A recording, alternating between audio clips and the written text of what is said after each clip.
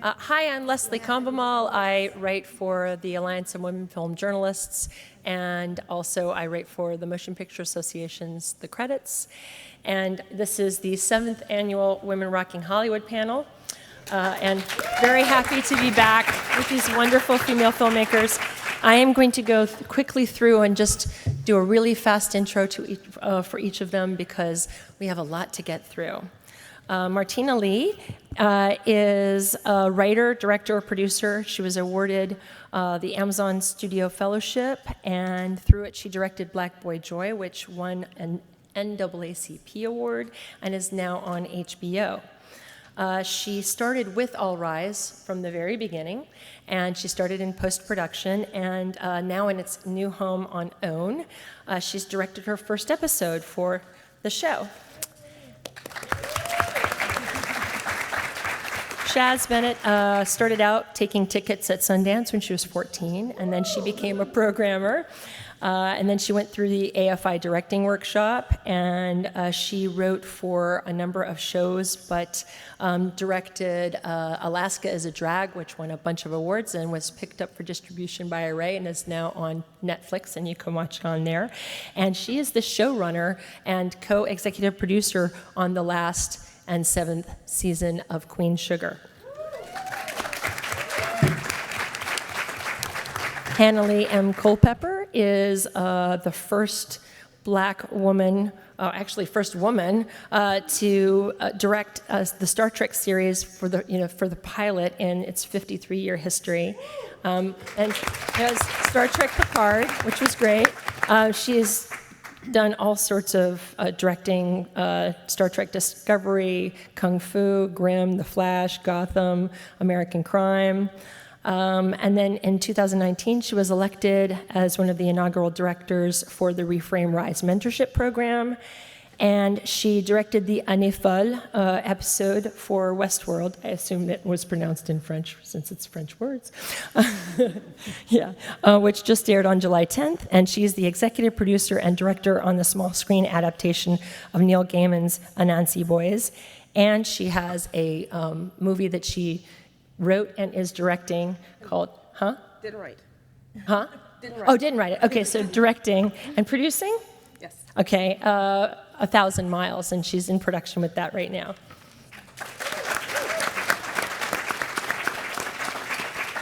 And writer, director, producer Haifaa Al-Mansour is the first female filmmaker in Saudi Arabia.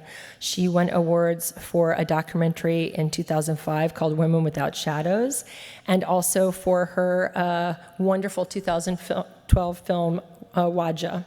Since then, she wrote and directed Mary Shelley and The Perfect Candidate. She's directed on the small screen for Motherland, Fort Salem, The Wilds, Archive 81, The L Word, Generation Q, and she's right now working on Mayfair Witches, and she just recently finished directing an episode of Tales of the Walking Dead, and she too is one of the Reframe Rise directors, and she has a documentary she's working on right now on the cartoonist Sean Carey, who was one of the few female contributors to Cartoons magazine and was part of the early punk scene.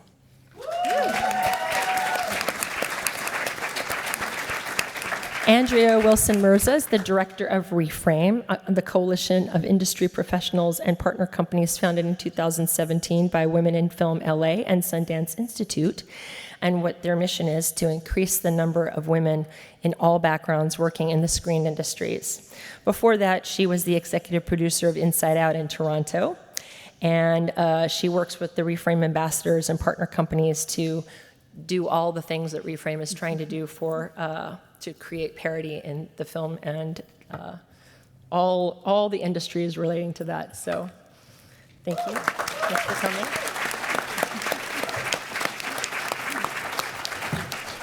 So we're going to start with Martina. So Martina, we'll start with, since you've been with All Rise from the very beginning, can you give an idea for some people who maybe haven't seen the show, why it's important and fun show and why people should be watching it, not only because of the content, but because of who's making it? Yeah, so I came on All Rise. It was actually my first show, my first job, I think, first TV job straight out of school. And it was for me being able to, as a Black female filmmaker, being able to be on a show with a Black female lead, with a all cast that's predominantly folks of color. I thought it was really important. And it was also encouraging for me to realize that I'm starting out in this business, and this is the first place that I started out. And it felt like, oh, this is all the shows like that? This is amazing. I was like, what am I talking about? All of these women, by the way, are the reason why this show that we have is so diverse and so amazing, is because people before us have been doing it and working really, really hard. And so I was really lucky to be able to be on a show like that. I knew that this is not what usually happens in Hollywood, and to be able to be a part of that process from the beginning, being in post-production, I was like the only Black female in post-production. So when Simone would see me doing table read, she'd be like, she'd do the double check, like, who is that? You know what I mean? So being able to have that connection with other Black female on the show was really, really great. And also just gave me hope that this is like a normal thing, versus what people come in the industry before, where it wasn't normal. For me, it was very much normalized. So for me, that was really important for me personally, but I think it's also important for everybody who's watching the show as well to know that there's other people with other voices behind the scenes that are doing amazing work. And there are a lot of creatives of color involved in the project, yes, and both in front of and behind the camera. It has a Black female lead, which is very unusual on television of any kind, streaming, anything. Yes. So I love that about it. Your origin story is really cool about how you got hired for All Rise, and who supported you and how that all went down. Yeah, so Mike Robin, who is one of our executive producers on the show, I met him because my thesis film was at a film festival, and he was in that film festival, and he came up to me afterwards, and he was like, hey, I loved your short. It was amazing. Here's my card. And the person next to him was like, he's a big deal. And I was like, is he? I don't know. He just looked like George Lucas to me. I was like, he's great. So I met him then, and I had a meeting with him that day. Not that day, but like a few weeks after that. And after that meeting, I was like, oh my God, he's going to change my life. It's going to be amazing. A year later, I follow up with him, and he decides, he's like, hey, I have this new show. We need someone in post-production. I thought you might be really great for that fit. And I was kind of just like, oh, I don't know. I kind of want to just do directing. And he's like, this is a great door into directing. He came from post, so that's kind of why he put me in post-production.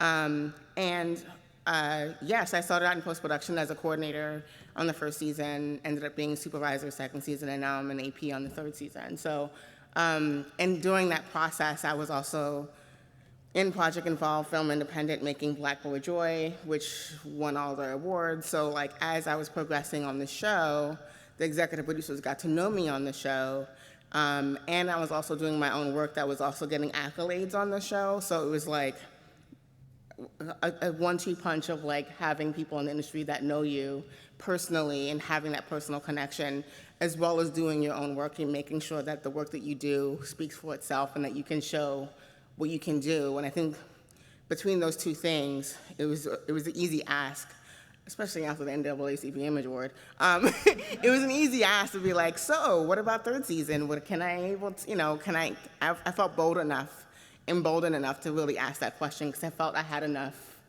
credits and enough rapport with them and enough talent that I could show, that I could say, hey, maybe can you take a chance on me? Because ultimately in this business, no matter how amazingly talented you are, someone has to take a chance on you. And I was really fortunate enough that I was with this group of people that I now call my work family, that were able to take a chance on me this season, and it's been really wonderful. And you are also working on, you have a sort of potential pilot happening, yeah? Yeah, I have a pilot developing. Mike Robin again came to me and was like, hey, I have this other, it's so funny, he came up to me and he was like, I have this thing, I want you to watch this thing, and let me tell you how it, tell me how you think it is. And it was very elusive, and I didn't know what he was going with it, so I just kind of did the thing that he wanted me to do, and kind of had conversations. Like fast forward, they brought me on this project as to co-write and to help produce this pilot with Warner Brothers. Thank you so much. Thank you.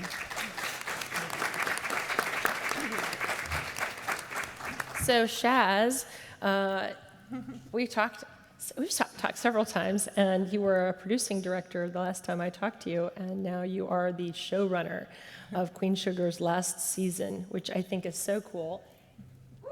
And they only just announced the directors on the season, and so can you talk a little bit about the experience of working with some of the, because really we were saying it's the all-stars. You've got some producing directors who were already there, who'd already done a lot of work there, and then Ava DuVernay is the director of the last episode. So can you talk a little bit about that? Yeah, we just wrapped on Wednesday at like 2:30 in the morning in New Orleans, and now I'm here, and it's really, that I got my first break because somebody took a chance on me, Ava DuVernay, and I directed in season 3, and then last season, after working on another pilot with Ava and Bird Running Water and Sydney Freeland, she brought me on to write and direct, and then this season is the finale of the 7 seasons, so this season, Ava brought me on to showrun, and all the directors came back. Kat Candler was the showrunner in season 3. She directed 2. Demaine Davis was a producing director in season 3, and producing director on Naomi. So it was family, and then Aurora Guerrera and Patricia Cardosa, me, and I'm like, who's all? Stacey Mohammed, who's amazing, is the local New Orleans director. And it was an incredible season. So sad, 7 seasons, and I was thinking about this last. Look at Chelsea because she was there with us, and we were just like 88 episodes of television, all directed by women. Yeah.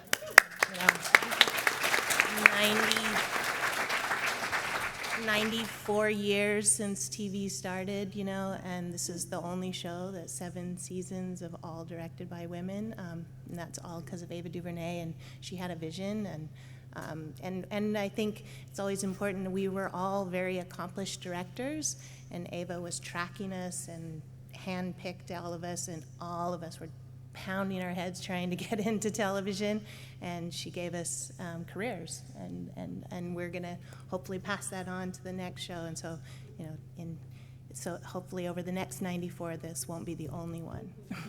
Yeah. And can you have a few, for those of you who watch Queen Sugar, something's happening this season that is sort of a secret that people don't know too much about, but can you talk about what they're going to see that they haven't seen in a long time? Well, being the last season, we really wanted to bring back a lot of our beloved characters. It was saying goodbye to not only this family that we've all loved. What's so special about Queen Sugar is it's a superhero show, but it's just about black farmers in Louisiana, and these are superheroes in this epic way. And that alone was so beautiful. But in the first episode, Ava wrote and directed, and the father of the family that's a presence throughout the whole series, Glenn Turman, dies. Spoiler if you haven't seen it. But now in the finale that Ava wrote and directed, he's going to come back, so watch out for that. That's very exciting. So you have a great film, Alaska as a Drag, which is now on Netflix. What's your aesthetic as a director, and how's your varied experience and being the showrunner, specifically being the showrunner this year, how's that influenced either your aesthetic or sort of your way of approaching your work? I always think of myself as a director first, but I would say I'm a better writer because I'm a director, and I'm a better director because I'm a writer. I think visually, so when I'm writing, I think like, how is this going to get shot? How is this, if I write this, I know what it means on set. A lot of times the writers don't always think about, if I write this one sentence, that means 100 people have to show up and do that, So I have a good sense of that, and then as a director too, coming from the writing side, I've always focused on story. That becomes the first thing I approach everything I direct, is like, what's the story beat here? What's the important part? When I direct on other shows that Queen Sugar I'm so involved in, and Ava and I have been talking about it since the summer, about where we wanted these characters to end and how do we like satisfy this fan base and this beloved family. But when I'm on another show, I'm always asking the showrunner questions that they never get asked. I'm like, well, why is the character doing that? And what is this? And they're like, no, directors just want to know, like, where's this? And I think they marry really well together. And I always love to work with writer-directors because they, and if we were talking about post, coming through, knowing what do I need when it inevitably everything's going to go wrong on set. So what do I need to get finished and make this scene work? And this is called Multi-hyphenate Female Filmmakers. That's the the name of the panel this year, and it is really, all of you have done multiple aspects of filmmaking, and a lot of writer-directors here, and you are working on Sovereign, which has not been picked up. I don't know if we can say anything about that, but can you talk a little bit about that project? It's a long process development, but we wrote a pilot that's it takes place on a native reservation in the New Mexico area right now. It's kind of like jokingly we call it Queen Sugar on the res. It's just a family drama, there's nothing like that. Sterling Harjo's great shows, Reservation Dogs, and Rutherford Falls is a comedy, and this is just a family soapy drama with Native people.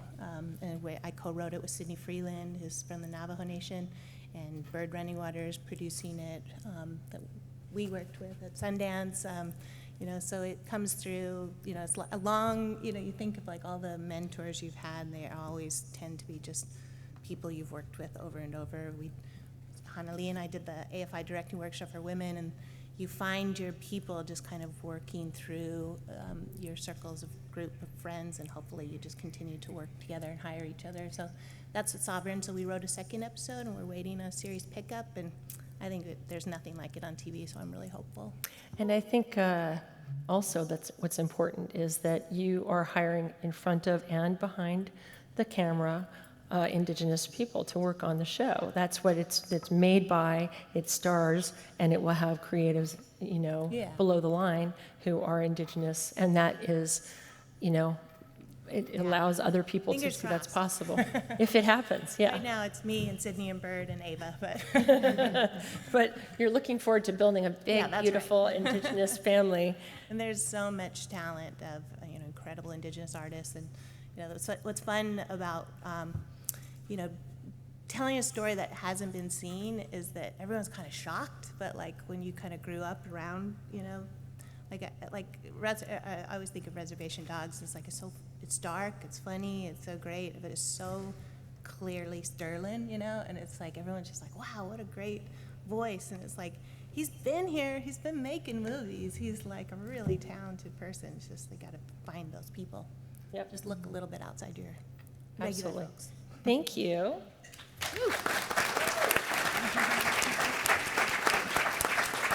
So we're going to talk to Hanelle now, who is in the middle of filming something and just recently filmed for Westworld. Okay, so can you talk a little bit about, go through the clip and talk a little bit about some of the choices you made as a director? Sure.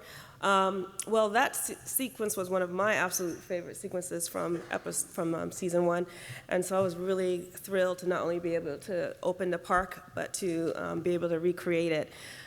They didn't show it from the top, so some of my choices, unfortunately, you didn't get to see. Hopefully, it's on HBO right now. You can all go see that episode. But I like to, a lot of it was also copying some shots like they did it as best as they could, because obviously that's the fun for the audience to see this all happen again. But key to it was that Maeve is witnessing this.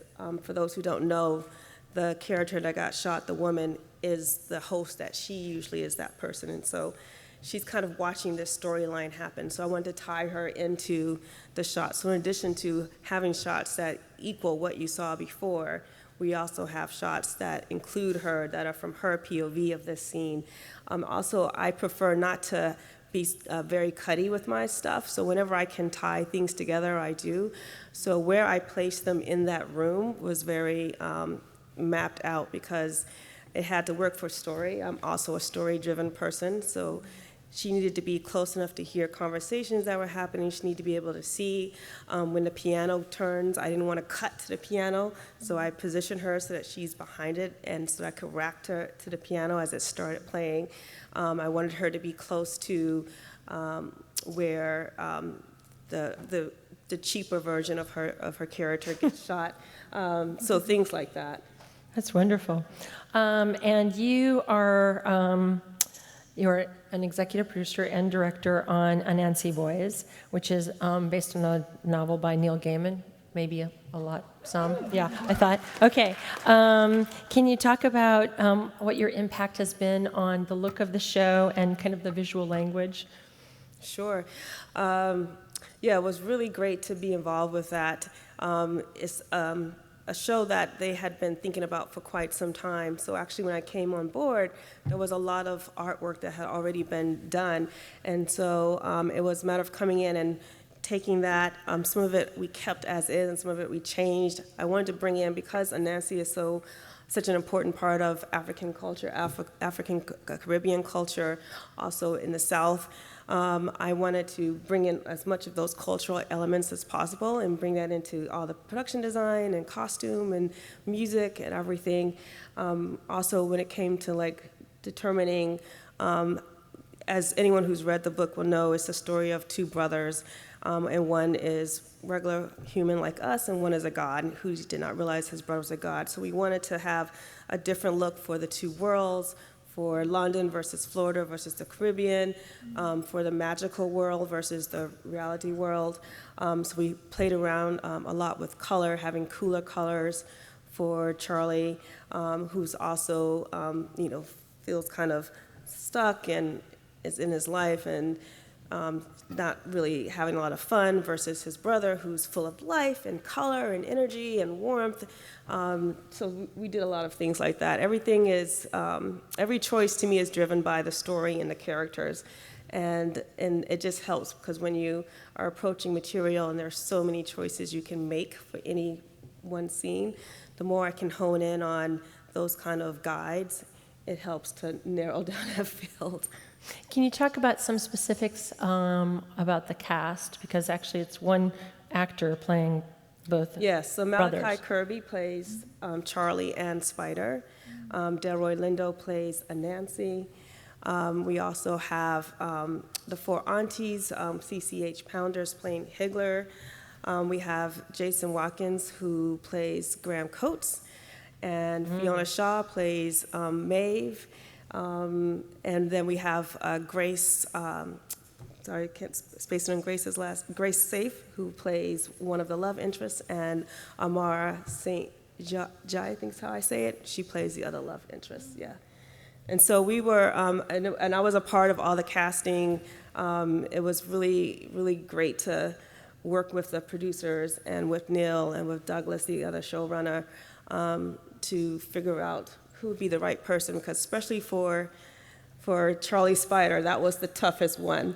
Right. Yeah, because you had to have the person who you could totally believe him as Charlie, who's just kind of more, Very guy English. like this, and Spider, who's like, yeah, I'm the life of the party, and he had to pull them both out. He had to have chemistry with two different women, and he was remarkable. And it was funny. We started shooting with him as Charlie, and then the day Spider came to set, you heard Spider before you saw him. And it was so funny. I think at the end of that first day, because he as a person is closer to Charlie than Spider. At the end of the day, he was like, "Oh, it's exhausting being Spider," and I'm like, "I can tell." I bet it was. That's so cool. Tell attached to direct The 1,000 Miles, and you're working on it right now. Can you talk a little bit about the project and why it's so Yes. cool? So we're officially in pre-production, early pre-production. We'll be shooting in 2023. It's the true story of William and Ellen Craft, who were two slaves who escaped. She could pass for white, and she dressed up as a white man, and her husband acted as her slave. And so they escaped by traveling first class on the trains and on ships, and she's like literally sitting this close to someone who could at any moment recognize her and say, wait, you're not who you think you are. So to me, it's almost a scarier story than the ones that we've seen before of people being chased and running. It's suspense thriller. And I did get permission. That's why I was checking my phone to say that we do have our cast for this is an announcement. William and Ellen. So it's gonna be Shamir Anderson who's gonna play William Craft, and Alexandra Shipp is going to be Ellen. Oh, wonderful. Thank you so much. That's exciting. And you're going to be in production in 2023? In 2023. Okay, great. Haifaa just got off the airplane, like barely in time, because she is in New Orleans working on Mayfair Witches. And I think it is the network of women you work with are your girls. Just cultivate it. And it is amazing to see other women supporting other women. So I'm very grateful. And yeah, I just came from New Orleans. It's so cold here, and you are lucky. It's so hot on Maggie there. Oh my gosh! But it's such a wonderful city. New Orleans is beautiful, but happy to have a day here. So the clip, in terms of your work on it, can you talk a little bit about your choices as a director on your episode? Yes, I really enjoyed working with Bobby Lee and Anthony Edwards. And for me, I always love female characters. Coming from a place like Saudi Arabia, where women are very submissive and like given to religion and culture and tradition, for me, I always enjoy women who are very strong and challenge that norm of us women need to confirm. And Bobby was amazing. She was on it. And I love that, her power and her energy to craft this character who is like a rebel, who is trying to create a new world for herself. And that is, for me, it is such and it is two handlers, and Anthony Edwards, such a seasoned actor, right? You know, to be with him in the room and just like hold yourself. And I was so proud of her and so proud of the work she's done. And I think a lot of my choices, like Hanelle said, it comes from the character. And Shaz talked about it. It is the character and where they go. It is where you place your camera, your choice of, like if you want to take a long, if you want to take a long shot, if you want to cut quickly from them. It is all about the emotional arc of the scene, and it usually comes from the character and where they are in their mind and their head. So I'm always mindful of, like, when I read a scene, is like where my characters are, what they're doing, what is their emotional truth, and that is what I try to bring in a scene. So. Really interesting. Can you, as mentioned before, in Saudi Arabia, you're leading the country in terms of opening up the film industry in general, but specifically for women. What's happening inside Saudi for women in filmmaking, and how are you helping make these changes? I think it is very exciting what is happening in Saudi Arabia, because Saudi Arabia has been very conservative and very isolated from the rest of the world for so long, and they're very conservative ideologies that are about like hatred and about like being extremist and about us against the world. And I think there is no way better than art and film and cinema and like music to open a nation's heart. And that is what you need to do, is to change minds and mindsets. And it takes time to cultivate a human being who has empathy and who enjoys music after a long time of feeling art is corrupt. And art is something that is corrupt your soul and ultimately puts you in hell, right? Sends you to hell. So I think one of the most amazing things happening in Saudi Arabia is giving art a space in the public space. And that is something that never happened. And when I directed my first film, Wadjda, I was like directing from a van, because women are not supposed to, it was a segregated country. Wow. So they gave me a van, and I was like walkie-talkie talking to all, to my cast. And it was very frustrating for me, because it was a film time it was my first film, so I was trying to figure out character and scenes and dealing with the crew, and I was always isolated. But I screamed through that walkie-talkie. They heard it.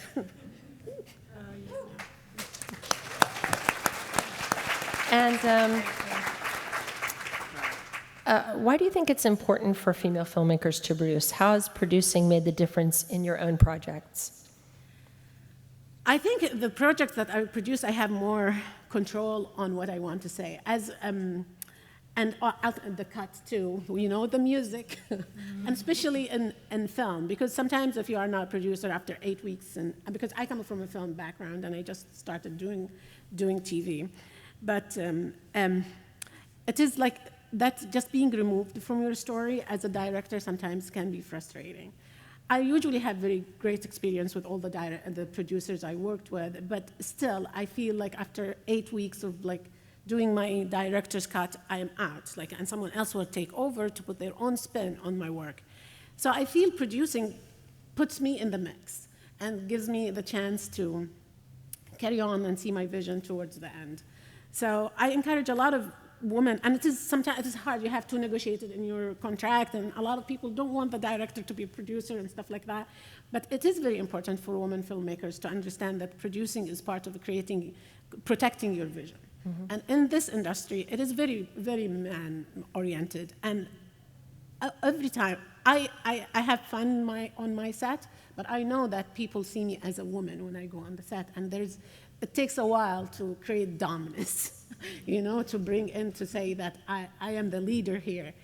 And it is very important for us to understand that we need to protect our vision and move forward, and we need to be strategic, and we really need to, do what Spielberg does. He produces all his films. Why not us?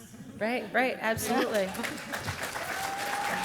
And you're working on a documentary on the artist and cartoonist Sean Carey. So tell us a little bit about that. Oh, I love Sean Carey. Sean Carey is she's a woman who grew in San Diego. It is so different from my world in Saudi Arabia, but she's such a rebel. And she grew, in the original, she did all those, she worked with Bad Religion, she worked with Circle Jerks, she did the Skank Dancing Man, their poster. A lot of her work you folks will know. Nobody will know more than you guys. But nobody knows her. Because women, and she disappeared out of the industry. Nobody knows her. And I like that she worked for Cars Cartoon, she worked for Hustler. She drew all those, almost soft porn kind. And I love women who defy who they are and embrace their identity beyond. She was a tuna fisherman for a while. But women, it's easy for women. Her peers became very important artists in the punk scene, and they moved beyond. But she fell off the cracks. And sometimes it's hard for women to sustain a career that has this free spirit and has this I'm going to do drugs, I'm going to dance, I'm going to do this. People don't, they don't have the same, I wouldn't say support because nobody needs that support, but they don't have this sisterhood or brotherhood or this folkhood somehow to sustain them to do those mistakes and survive it and ultimately succeed. Right. So I feel I want to tell her story, to tell the story of other women like her too. Mm-hmm. Thank you.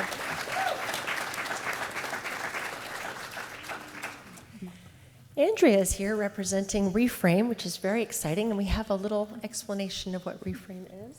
Co-founded in 2015 by Sundance Institute and Women in Film, Reframe is a peer-to-peer initiative powered by more than 70 industry ambassadors, engaging their colleagues across 50 partner companies to address systematic bias and the underemployment of women in the screen industries. I don't think of myself as a radical. The desire for and the need for representative diversity that is the product of a meritocracy is as moderate a position as one can have. If you want to tackle a systemic problem, you can't come at it from any one angle. You really have to look at it from all sides. Reframe is promoting diverse voices throughout all levels of the industry and working to eliminate bias in all hiring decisions. The more unconscious bias training that happens throughout our business, the more we can be conscious and deliberate in the way that we make decisions. Inclusive storytelling is vital not only because it reflects people whose stories have been historically overlooked or underrepresented, but also because box office data shows there is audience demand for diverse content. I don't think you have to be radicalized these days to realize that gender diversity, ethnic diversity, it just makes sense. The publicly awarded Reframe stamp celebrates the hiring of women from all backgrounds in all levels of production and endorses film and television projects that demonstrate a measured effort toward gender parity. Reframe. Expand the story, change the world.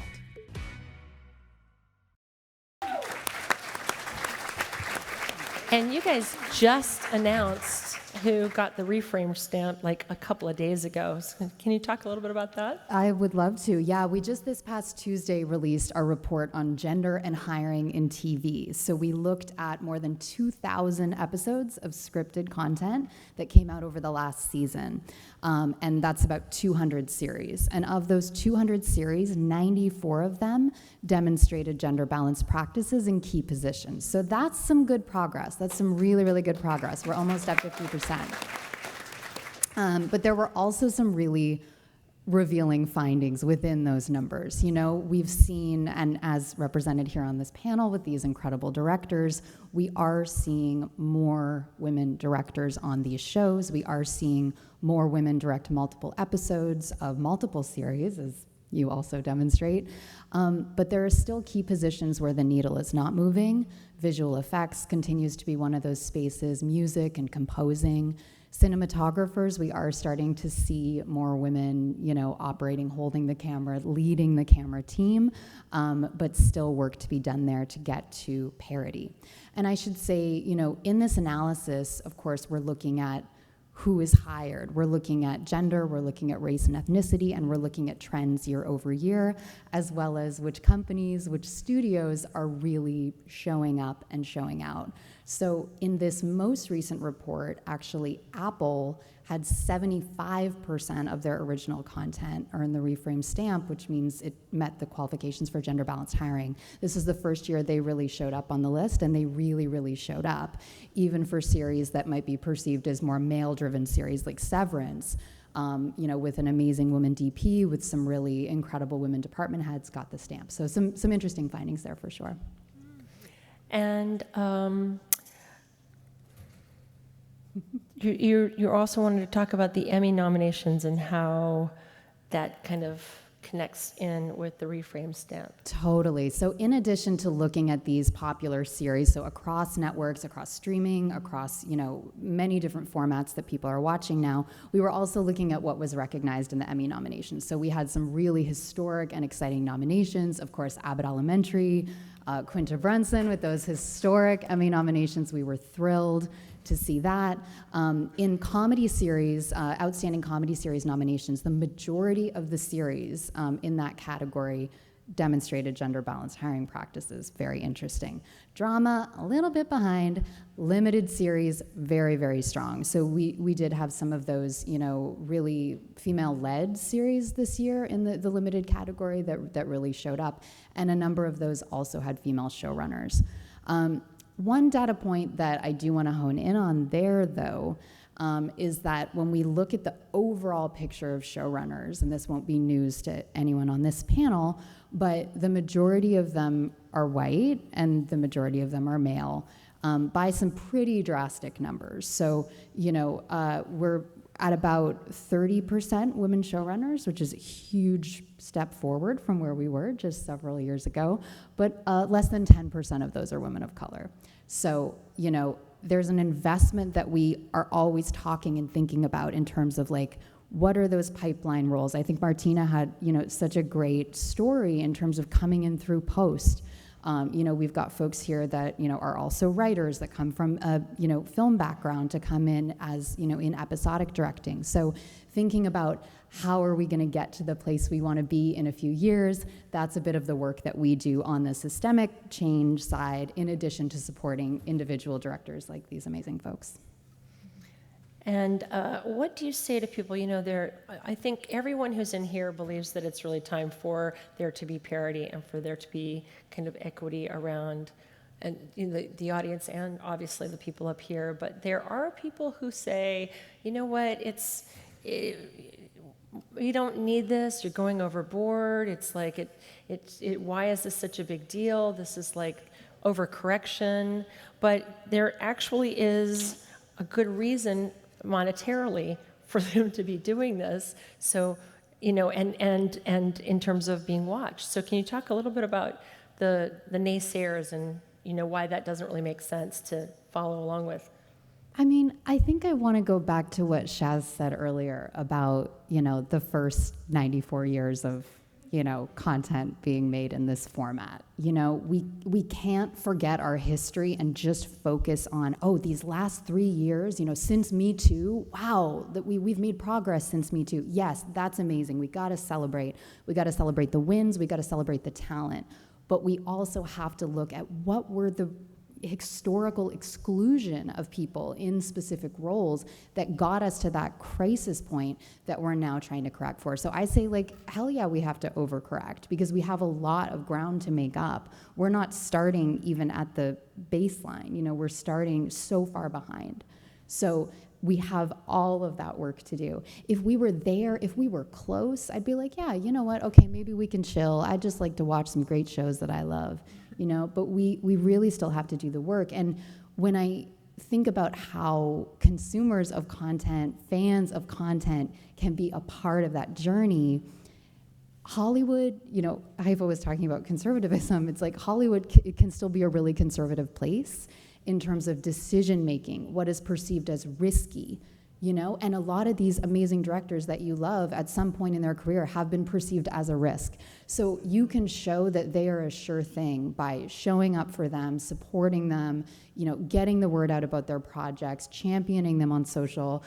That makes a huge difference to what access they're going to get next for their projects. So we all play a part in this work. And, by showing up, loving this content, supporting the creators, I think we will see that change that we all want to see in the industry. And as you see up here, you can see all of the Twitter handles and Insta and all of the ways that they're doing social media. And it's really important to follow them because they will be talking about their projects on social media. And when they have a new project, to watch it the opening weekend, the first day, go buy a ticket the opening weekend. Those are the ways that we as people that want to see that kind of balance can help. And it's really important, and don't think that you can't make a difference, because you can. Thank you all very much. Thank you. Thank you to my panelists.